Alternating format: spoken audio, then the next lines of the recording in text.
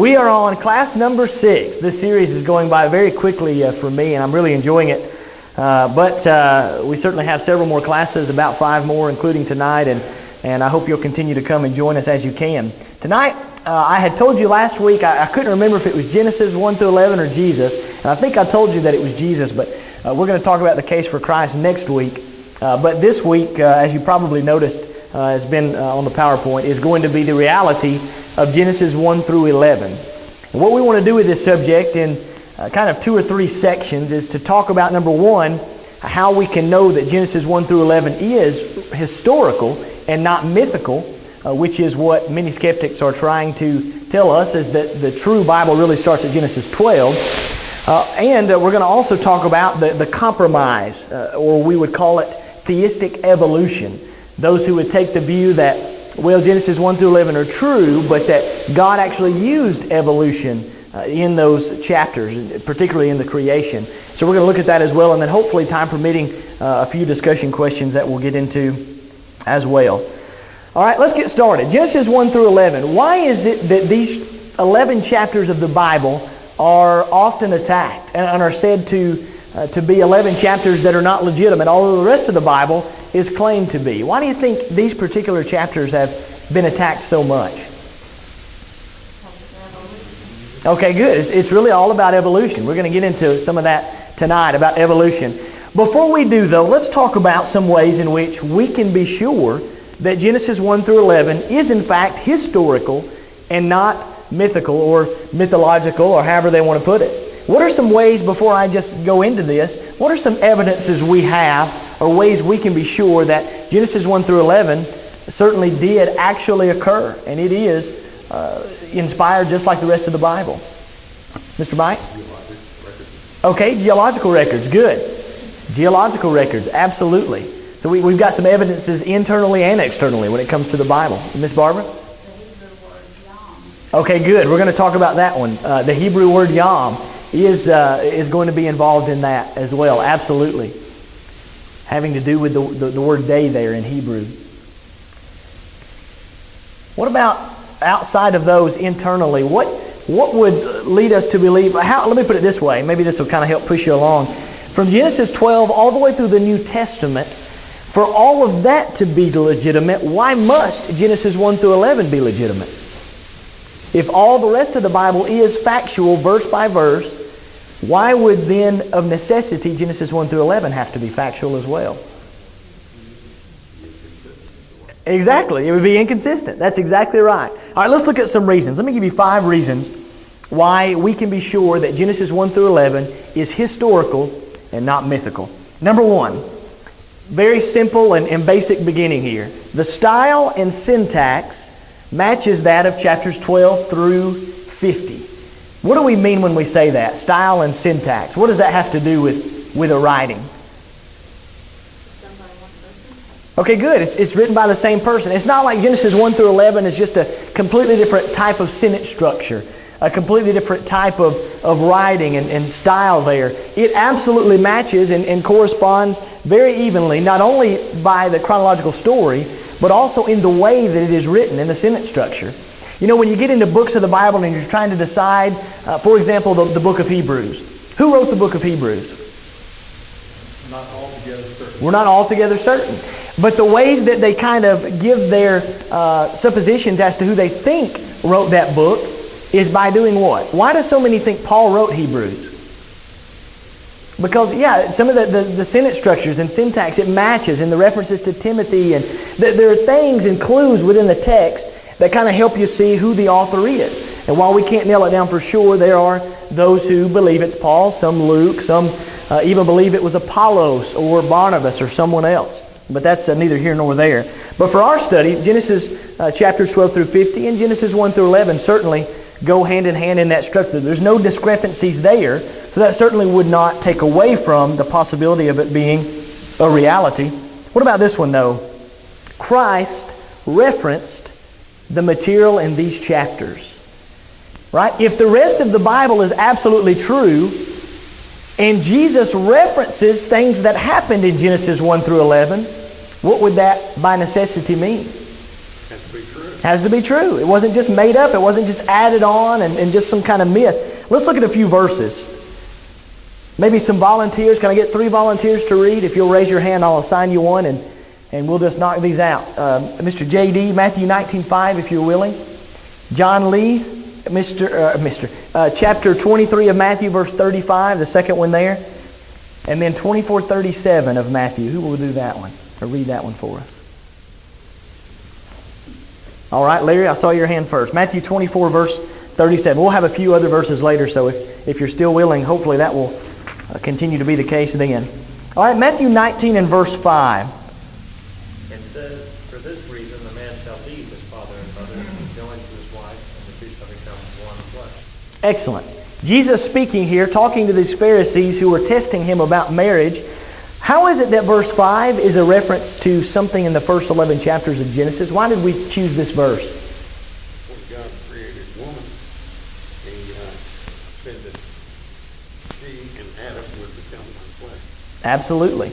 He's referencing back to the creation. In fact, in verse 4, and maybe I should have asked J.D. to read that one as well, but he mentions, have you not read that He that made them at the what? Beginning. At the creation. So he references the creation, he references that they were made, and he references that they two became what? One flesh. Genesis 2 and about verse 24 we read just that. And so Jesus references something that we're reading about in the chapters of Genesis 1 through 11, or in particular chapter 2 in this case. Certainly if the rest of the Bible is true, and they believe as they well do that everything Jesus said was inspired and legitimate, of course, and came from the very Son of God, then Jesus then is giving authenticity to these chapters in His statements. All right, chapter 23, verse 35, another example.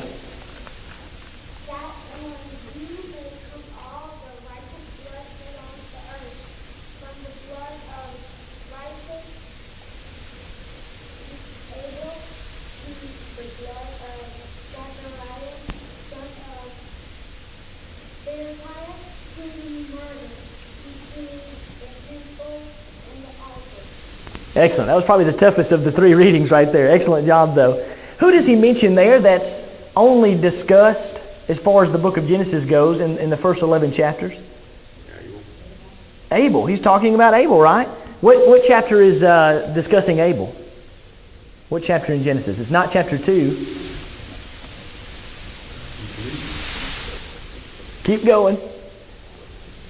5. Now go back. Right? Again, what we're doing here is we're seeing Jesus reference different parts of Genesis 1 through 11. All of this is legitimate, and He recognizes it, and He references it, in fact. Now, also Matthew 24, verse 37. But as the days of Noah were, so shall also the coming of the Son of Man be. For as in the days that were before the flood, they were eating and drinking, marrying and giving in marriage until the day that Noah entered into the ark. Excellent, excellent. Who does he reference there from Genesis 1 through 11? Noah. And the account thereof. Noah. What chapters was Noah in?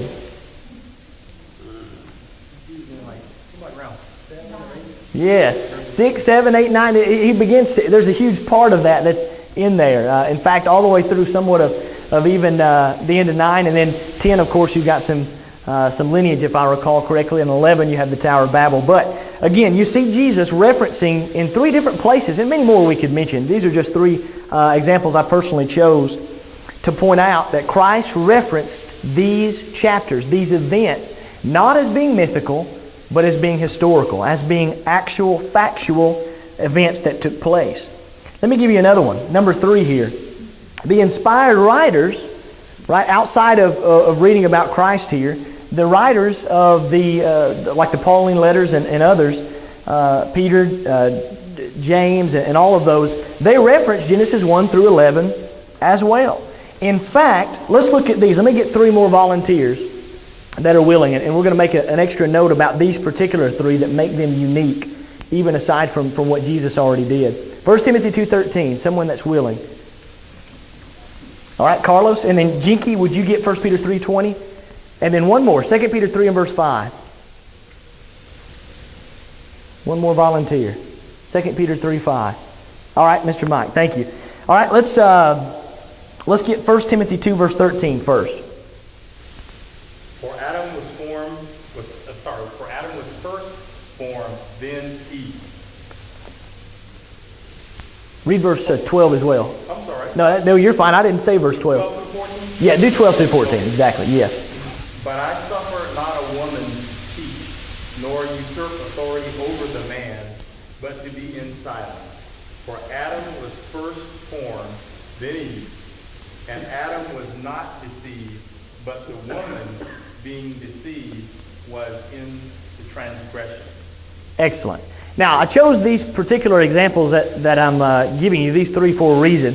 In this particular passage, especially in verse 12, you notice not only is Paul describing or discussing what took place between Adam and Eve, but why is this particular example or reference so significant?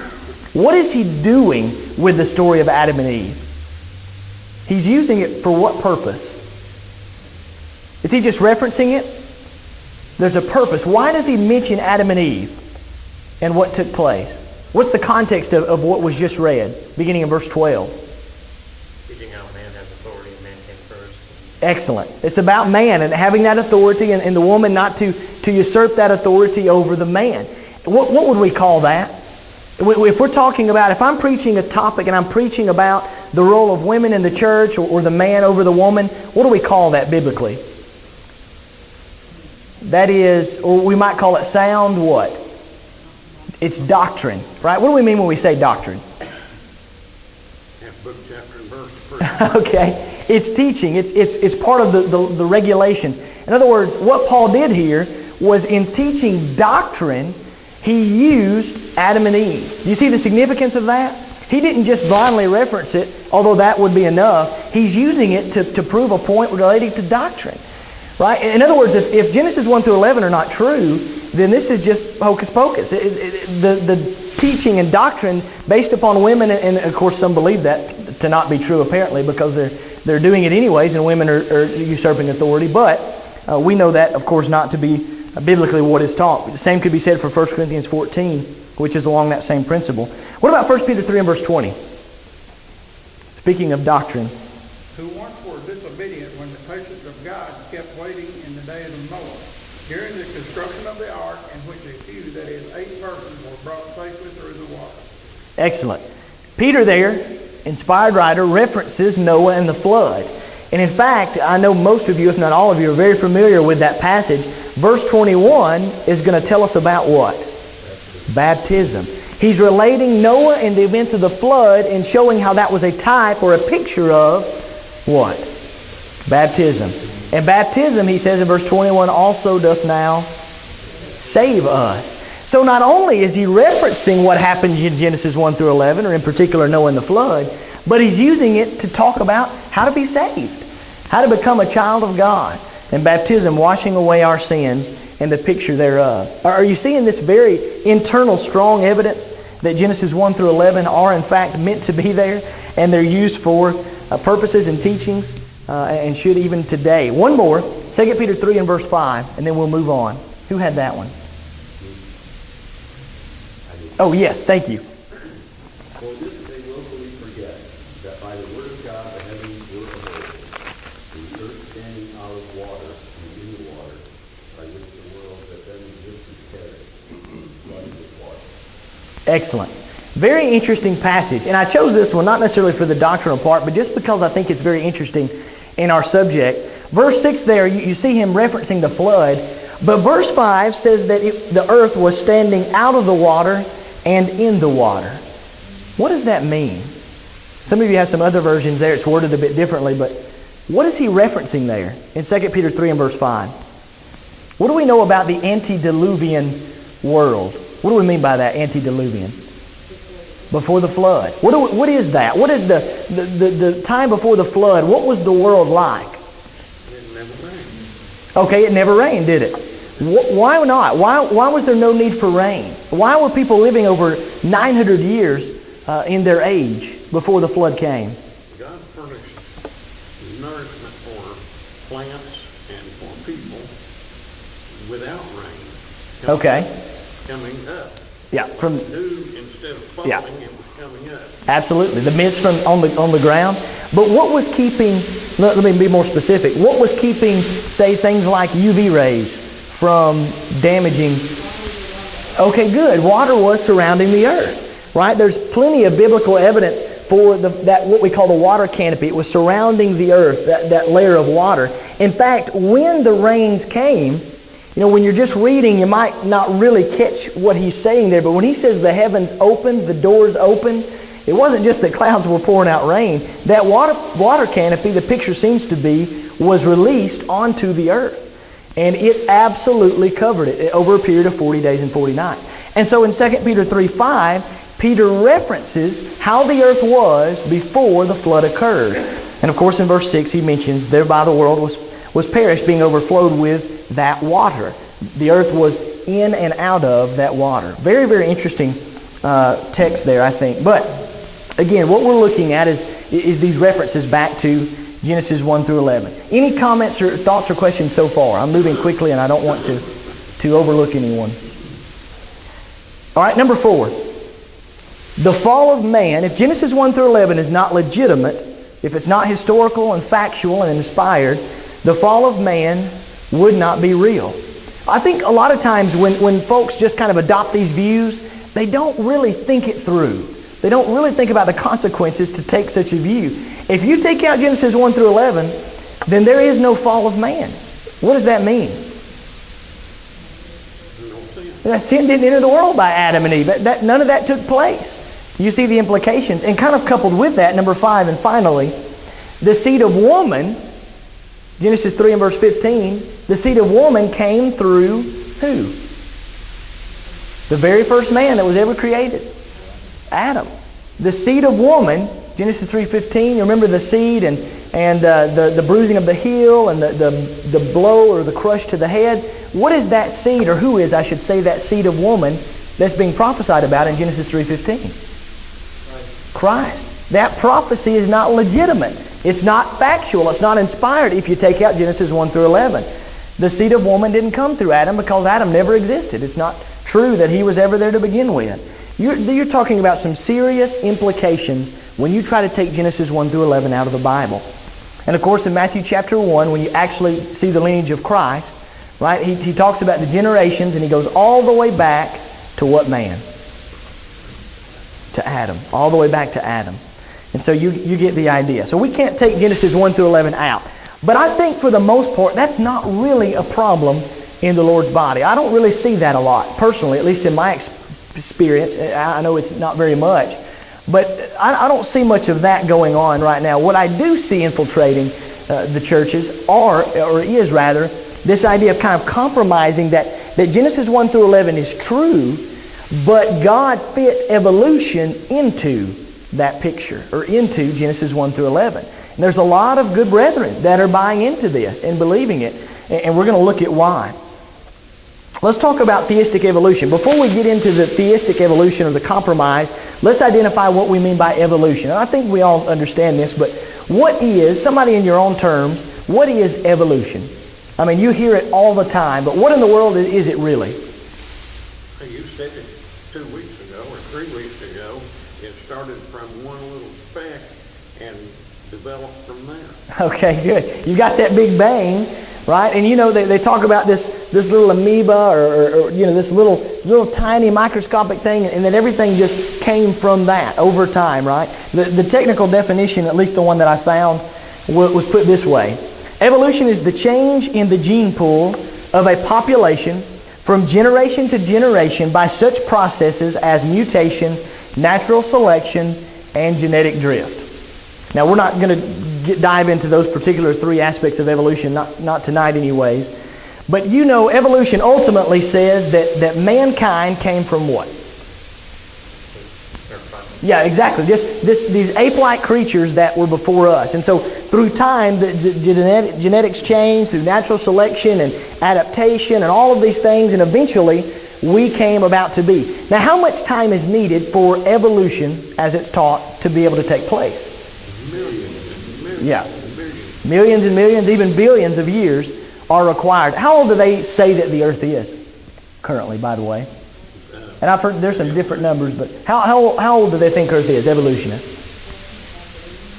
Yeah, it's in the billions, isn't it? It's several billion years. It seems like I saw somewhere that they thought it was over 6 billion years old. Somebody said, and their number's going to, but it's multiple billions of years old according to their life. Now, if you, biblically speaking, if you are a child of God and believe this book to be inspired, and I pretty much believe everyone in here does, how old would the earth be approximately? Now? Yeah, around 6,000 years, right? Around 6,000 years old, maybe just a little more. There's a big difference between 6,000 and 6 billion, isn't there? That's a huge difference. Well, let's get into this a little more. What we do agree with, evolution-wise, is something called, let me put it this way. There is microevolution and there is macroevolution. Which one is it that we know to be scientifically true as we have observed it take place? Micro or macro? Microevolution. What's the difference between microevolution and macroevolution? Okay. You can actually observe it. That's right. Absolutely. Definition-wise, microevolution, small changes in the gene pool that do not result in a change of species. What does that mean? Monkeys stay monkeys and people stay. That's it. In other words, everything produces after its own kind. Microevolution. Is that biblical? Yes. Absolutely. Do we see microevolution take place among species? Do their genetics somewhat kind of change within their gene pool, within that same species? Is it possible you get different colors and things evolve in that sense? Absolutely.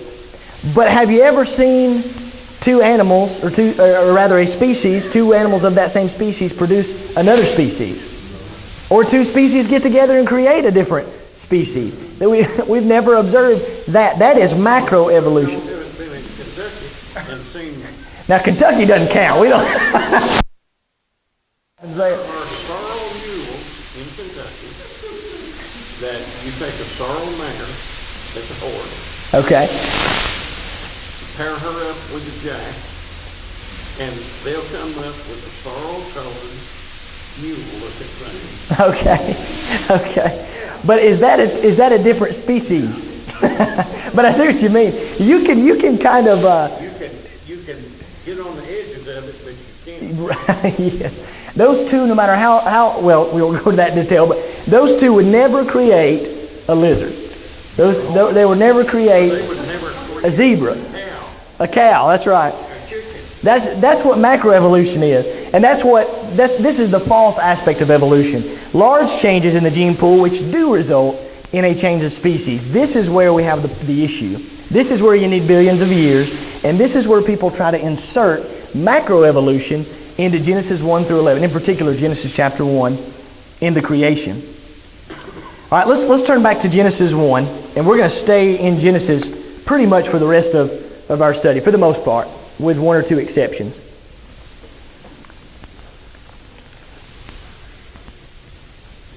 Genesis chapter 1. Here are some problems. We're going to look first of all at the implications of believing in theistic evolution, and then we're going to talk about the day-age theory and how that applies. And if you've never heard of that, we'll explain it in a moment. It'll make sense. But Genesis chapter 1, what I'm going to put up on the board for you and what I'll say aloud is what evolution teaches. And so what we're doing here is we're seeing issues. I want you to see the problems of trying to fit evolution into Genesis chapter 1. And trying to say that God used evolution. That's what we mean when we say theistic evolution. God used evolution. There is a God and there is evolution. And so people want to just accept both of them and put them together. Well, here's some of the problems. Evolution says that the sun was the first light that the universe ever had. Light did not come until the sun evolved in that Big Bang, right? Do you see any problems there with Genesis chapter 1? Let's talk about, very quickly, because I think this will really help us, let's talk about the 6 days of creation. What happened on day 1? This will help us for the rest of the study to remember this. Okay, good. Light. Light was on day 1. What about day 2?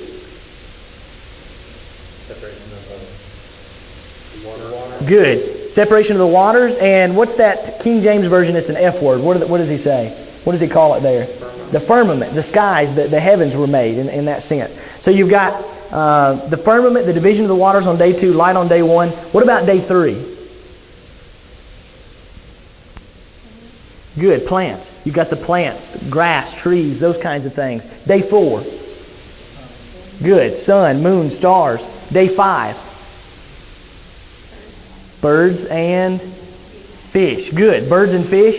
Right, you remember this from, I know this is like, people want to say, well, that's something you learn in kids class. Well, we need to know this always, right? Day 6, this is Bible. What's day 6? Good, land animals and man. Excellent. All right, remember those 6 the best you can. Day 1, light.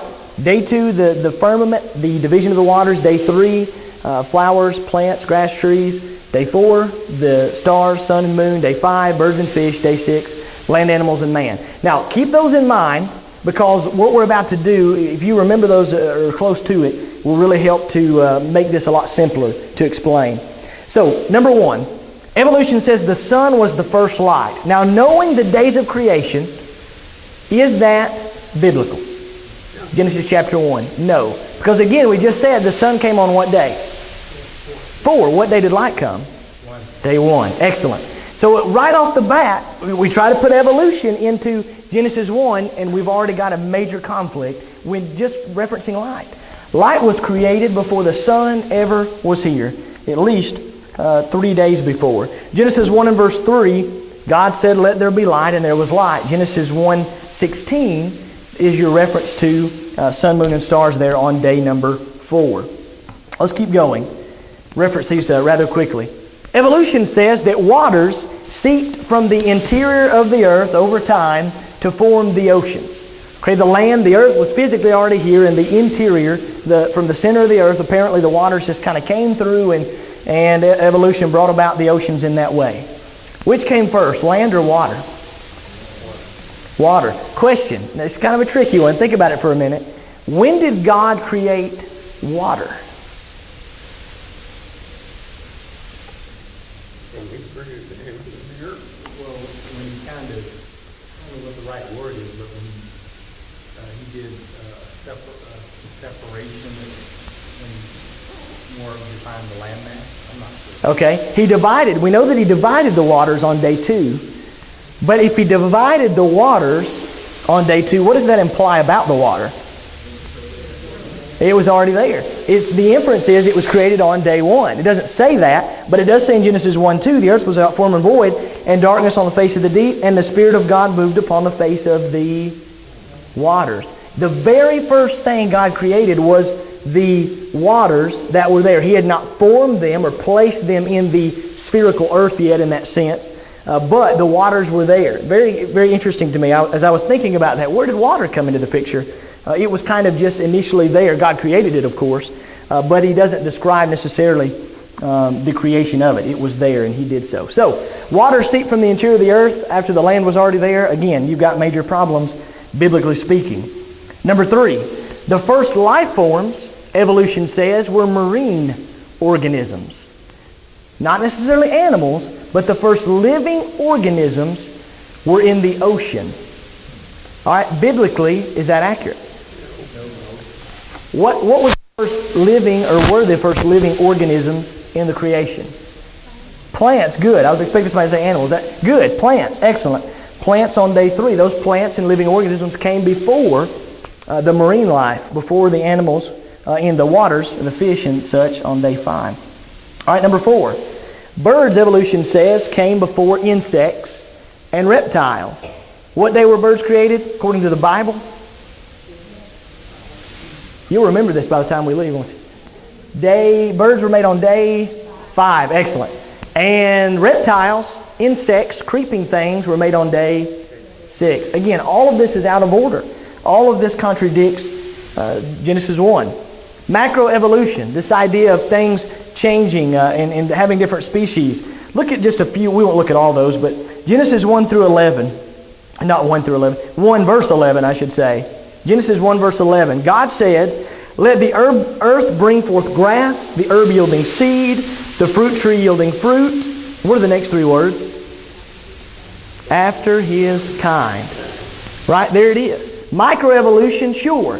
But macroevolution coming out of a different kind, right? Of the same kind producing another kind, absolutely not biblical. Verse 11, verse 12, verse 21, verses 24 and 25. Over and over and over again, when God created living organisms, He always said they would only be able to produce after their own what? Their own kind. Absolutely.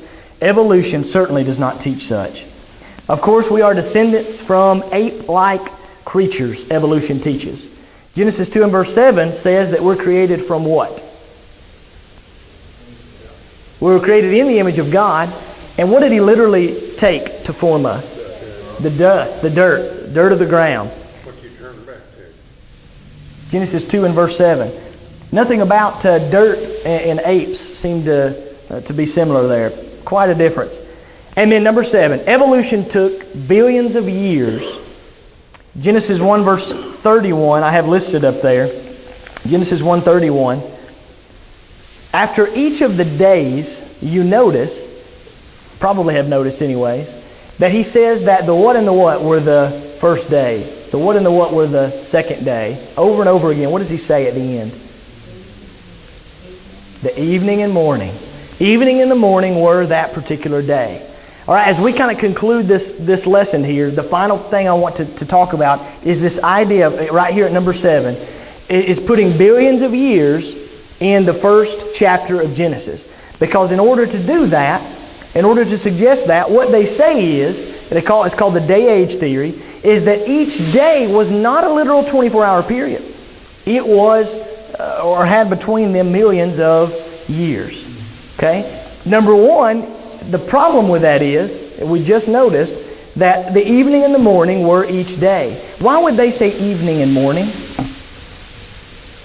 Why would they say evening before morning? Why would they put it that way? So it was dark first and then light came. Well, that's a good thought. That's a good thought. But once light came, He continues to say evening and morning were that particular day.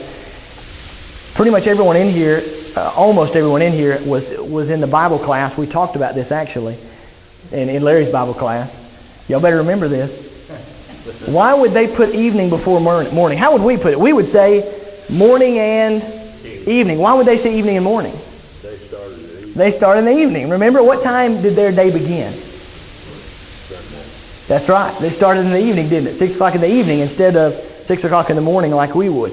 So a reason I say that is it would be kind of weird to us reading evening and morning, but that's why. Evening and morning were the first day. That's, in other words, a 24-hour period. Now, we talked about that word yom, the word yom. Many argue that the word for day, the Hebrew word yom, can mean anything from a 24-hour day to a day that was millions of years. Is that true? Okay, well, let me put it this way. Will you ever see the word yom used to mean more than 24 hours? I think you will. I think you will. I think it is possible. But what we know and what we stand by and can understand is that any time the word yom has a number associated with it, it's always used as a literal 24-hour day. Study that a little more. Check me on that. But if I recall correctly, in literature, Hebrew literature, you'll see yom used for more than a 24-hour period, but never when it's associated with a number. Just on kind of a side note there. Genesis chapter 1, God defined day in Genesis 1. Evening and morning were the first day. That's what we were just discussing. Number 2, I want you to look at Genesis 1:14. Genesis 1:14. Someone read that for us out loud, please. And God said, "Let there be light in the firmament of the heaven to divide the day from the night, and let them be for signs and for seasons and for days and years." Excellent. If you're trying to put billions of years in between these days, right, or even thousands, Genesis 1:14, if the word day means a million years, what major issue do you see with that particular verse? It's the same Hebrew word. Okay, yeah, we're about to talk about that one in the next point. But in verse 14 he says, divide the day from the night and let them be for signs, for seasons, for days, and for what? Years. If days are millions of years, then what in the world are years? Do you see what we're getting at? It doesn't make sense that Moses here is writing this and meaning millions of years, because in Genesis 1:14, just one example, you see him reference the distinction between a day and a year. And that's on top of these evening and morning references. But let's talk about this one. I know this is where we're wanting to get to. I can tell some of you already have this on your mind. And let me slow down for a minute. If you were to place millions of years between each of these days, okay, if you get nothing else, if I've gone too fast for you, then pay attention to me right here, because this will be enough.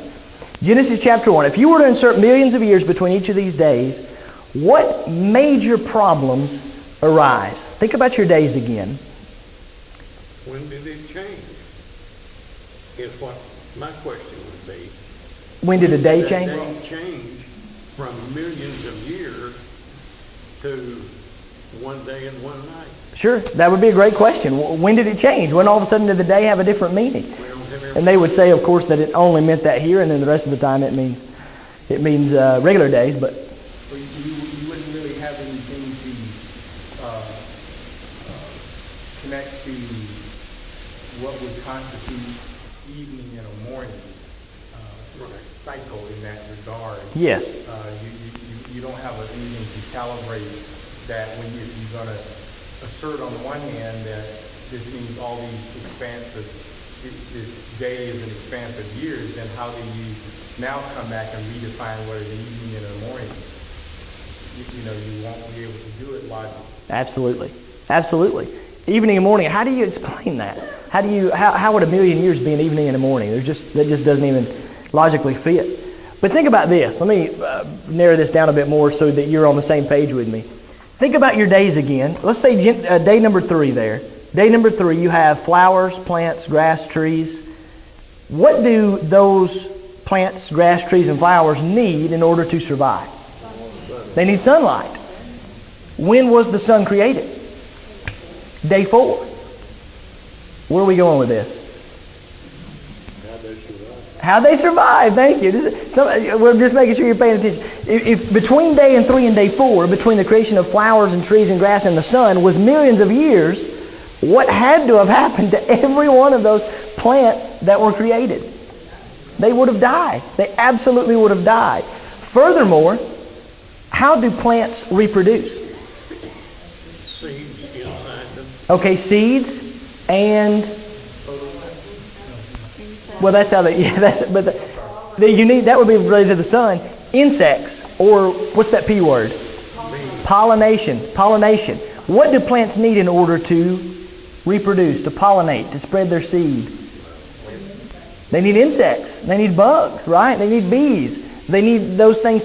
So if you've got day 6, from day 3 being millions and millions of years, again, what problems or issues arise there with these plants? There's just no way. It's just not possible. These plants would have died. Yes, sir. So what was producing the light before the sun was created? That's an excellent question. Excellent question. What was producing the light before the sun was created? I mean, this light we're talking about is really, the sun is really only Yes. useful for the earth and planets. Absolutely. Places in the galaxy. Absolutely. Parts of the galaxy, they have their own sun. Right? Absolutely. What do you think? There's two ways, and we can't really know for sure, but there's 2 pretty good, I think, answers to that question. What do you think? And there may be more that I haven't thought of. Certainly very possible. How was there light when there was no sun? Okay, good. First of all, what do we know about heaven? What's the light of heaven? There's no sun there. It's God. God is the light. So it's very possible that was the point in which God made himself that light, produced that light when he created it. So at that point, light was not there. But when he created the light, he was that light. So that's one possible answer. What would be another option? It is God we're talking about, so he could have literally just created such a thing as light, and it just wasn't literally there. I have to think about that one a minute. But in other words, you didn't have light yet. It was going to come from the sun, but he created it even before. I don't like that answer as much, but I guess it is a possibility. But it seems probably the best answer, at least in my opinion, and maybe some others have different thoughts there, but would be that he himself was that light, that he created it at that point. But that's a great question, and knowing for sure is very, very difficult because he doesn't tell us. Barbara, what do you think? Jesus was there That's right. in creation, and we know that he is light. He is light. That's it. Absolutely. He's referenced as light, isn't he? In fact, it tells us that he is the light of heaven. He is the light that we'll have. It's pretty neat. There's no need for the sun there. Is that what you're going to say, Carl? Yeah, that's what I was going to say, and I will just follow up with when it says, "For by him all things were created by him, for him, and through him." Absolutely. He was there, and he is the light of men and the light of the world. I am the light of the world. It's very easy nexus to make that all these things are possible, and that is what it emanates from. It says all things were created by him, for him, through him. Absolutely. Absolutely. Hebrew writer made that so very clear. Great question. Any other thoughts about that particular thought? Does that kind of answer? Maybe some things to think about, definitely. And there may be others that we could mention. Let me throw one more up here, and then we'll move on to a discussion question or two before we leave. Exodus chapter 20, verse 11, and Exodus 31 and verse 17. You don't even have to turn to Exodus 31 if you want to just write it down, but you certainly may. But we'll just read, for time's sake, Exodus 20 and verse 11. Exodus 31:17 says the same thing. It's pretty much just a sister passage, almost identical. Someone read Exodus 20 and verse 11. And really, we could have skipped everything else and just went right here and been done. But I like to talk about every angle and every argument that we can do so that there's no doubt in your minds that Genesis 1 through 11 is legitimate and that evolution will not fit. Exodus 20 and verse 11. Anybody that's willing. For in 6 days the Lord made heaven and earth, the sea, and all that in them is, and rested the seventh day. Wherefore the Lord blessed the Sabbath day and hallowed it. Excellent. The Lord made the Sabbath day on day 7. Of course, we know that they had to do that every seventh day. That was a weekly thing, not over millions of years. But even more than that, you've got that word yom here, the word day, and what is before it? Not only is it a number, it's what number?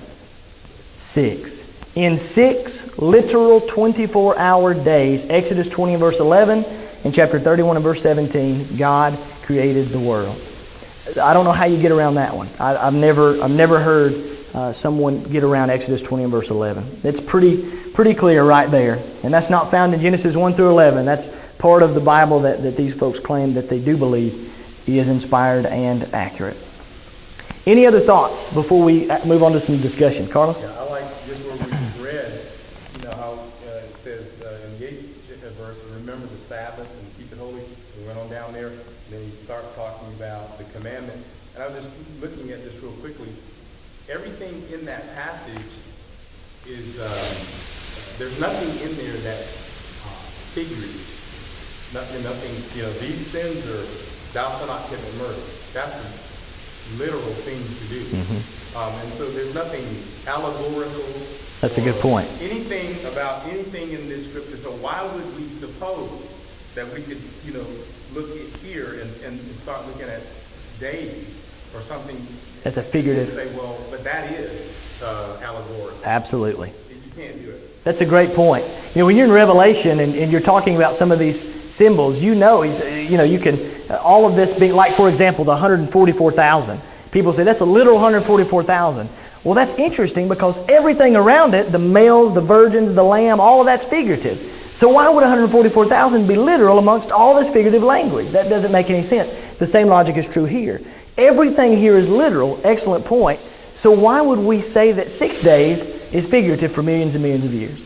That doesn't fit context. It doesn't fit hermeneutics and exegetical studies and learning putting all those things together and just studying the Bible and just using common sense and logic. There's just no way around it. He's absolutely talking about 6 literal days. Does somebody have a hand up over here? Yes, sir. You did such a good job answering my last question. Oh, man. I better quit while I'm ahead. If basically the universe is only 6,000 years old, what does that do to scientific, like carbon dating? Excellent. Let's talk about it. Let's move to it. This is our discussion question number 2. Here we go. Let's just jump to that, and then we'll go back to number 1 since he asked it. What about things like carbon dating? These ways that they date the Earth, and they say, these things kind of show us that the Earth really is billions and billions of years old. That is an outstanding question. What about that? And even like creatures like bones. Yes, bones, fossils, absolutely, yeah, absolutely. There's a lot of ways, not just carbon dating, lots of different ways they do that. Why is it that by their studies and their research and their technology that they're finding these things to be supposedly billions of years old? Man created carbon dating. Okay, could be that they're just flawed in their creation. God created that. It was man who created that thought, that theory, and follows it through. Science follows it through like it's gospel. Yep, absolutely. It is true. Man created it. It could just be that it's absolutely wrong and people are buying into that and they're flawed in that. That is a possibility, certainly. We are human. What else? What do you think, J.D.? Solar carbon dating itself is a mathematical estimation.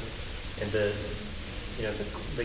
younger something is, the more accurate it would be. But the further back it goes, the more, just very unreliable absolutely. It is. It gets a lot more vast. Yeah. Trying to think of the word I'm looking for. It gets more skewed throughout time. Yeah. Like the older you want to try to make it, absolutely, it gets a lot more untrue. And you're exactly right. That's exactly right. And you can look that up, and they'll admit that the farther the distance there, the more unreliable it is. And it is an estimation. But still, how do they estimate billions? Yes, sir? Sorry? Margin of error. Excellent. Yeah, margin of error. That's exactly right. But it's still millions and billions and not thousands. How is that possible? Not that these answers aren't true. Let me give you one more thought, just to add to that. Not that this is the right answer and those aren't, but just an extra thought. When God created the universe, when He created this world and the earth that we live in and all of the things therein, Adam and Eve were how old when He created them? 0. 1 second. At 1 second year old, how old would you have estimated that they were? Were they infants? Full grown. They were full grown. Is it possible then that God created not baby trees, not a baby earth, but He also, everything that He created, even though it was a second old, was created with the appearance of what? Age. Appearance of adulthood. So it seems very probable that God could have created a world that looks aged, just like He did Adam and Eve. But it was in fact only a few seconds or 6,000 years old. Just another thought to go along with that. I really think, for me, that's always kind of my comfort zone to that. Because we need to have an answer. We need to know. Because it looks like they're dating it at 6 billion. But even if it is accurate, even if it is legitimate, it could just very well be because God created it to appear to be that old. Because He created things with the appearance of age, even though they didn't have it. Yes, sir? They really do. They have some great information. And again, I think I mentioned it before. If not, I apologize, and I'll mention it again. Absolutely, if you want to study this further, get on apologeticspress.org. apologeticspress.org. It is absolutely fantastic information, and they talk about all of this in much greater detail. All of the things we're talking about you can find, and I use it a lot in preparation for this. All right, any other thoughts on that particular one?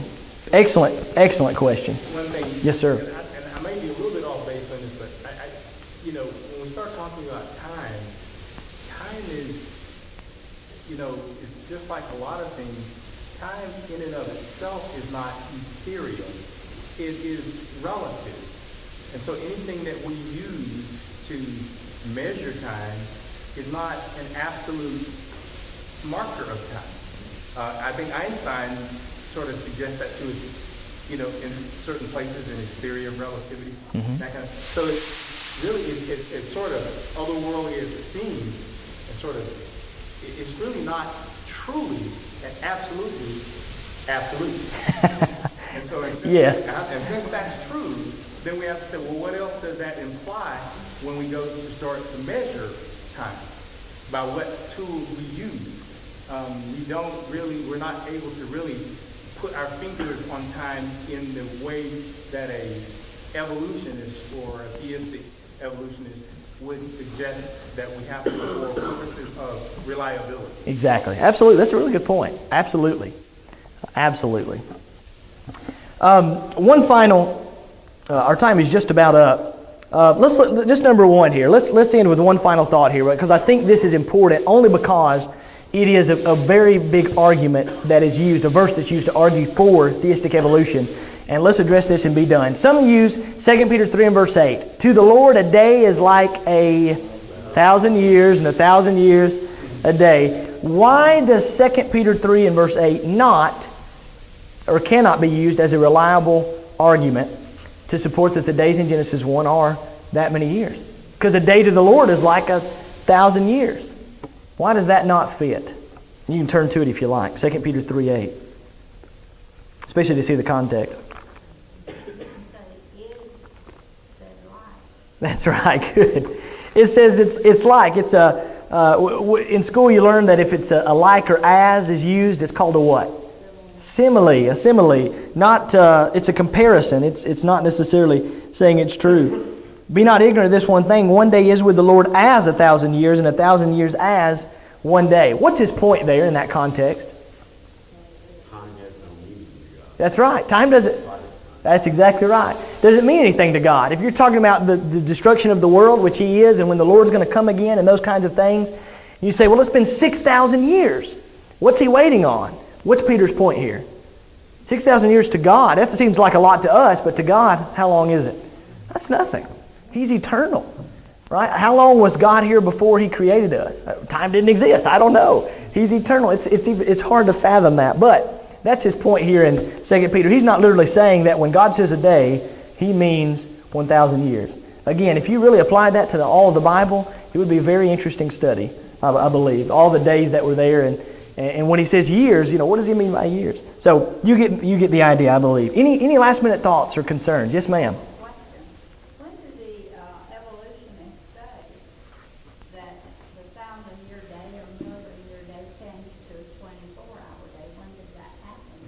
Yeah, that's kind of what Stan was saying. And, I don't know what they say. I assume they would say that it's just like that in Genesis 1, and as soon as Genesis 1 ends, it goes and it's always a literal 24-hour day. I assume that's what they would say, except for maybe with the exception of Exodus 20 and verse 11. But it's a great question because it appears that all they're doing is saying when it comes to creation, then yeah, we've got millions of years. But any other time it's used, it doesn't mean that. And which just kind of shows that they're wanting to fit evolution into the creation. And it just doesn't work that way. Yes, ma'am? I was thinking about the carbon dating. Yes. I was saying, the earth was there. It was just without form. So, technically it was old when he started. Oh, yeah, I see what you're saying. Yeah, because we don't know exactly when he literally started it. You can, I guess, assume it was day one. But yeah, that's true. There was the land wasn't there and the trees and stuff. But the earth, who knows how long, I guess if you counted that water, how long that has been there. That's an interesting thought, absolutely. And even the process of conversion, when it went from yes, that whole process of conversion, put it from one state into another state. How in the world do you account for that quantitatively? Absolutely. And again, by the way, they talk about how long it takes for things to fossilize. What could have happened, Genesis 7, 8, 9, and 10 or so, that could have caused things to fossilize so rapidly? A flood, absolutely. That would certainly help to take care of the fossil issue as well. All right, our time is up. I'm so thankful for y'all being here and your good discussion. And I hope that in some way, shape, form, or fashion, as always, that this study has helped you to grow in your faith and to know that when you're reading Genesis 1 through 11, it is absolutely the inspired, factual, historical Word of God. We can take it to the bank, and absolutely as Christians, we do. Thank you so much for your time and attention tonight, and God bless each of you.